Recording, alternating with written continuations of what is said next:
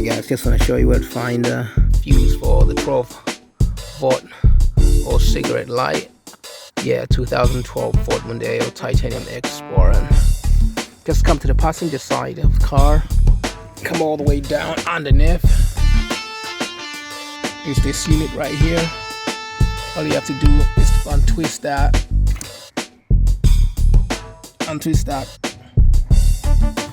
and then open it all the way like this,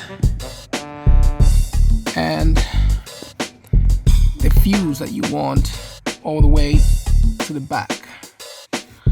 So from my left going right, that's your second one, that's your second one, the yellow one. That's what you want.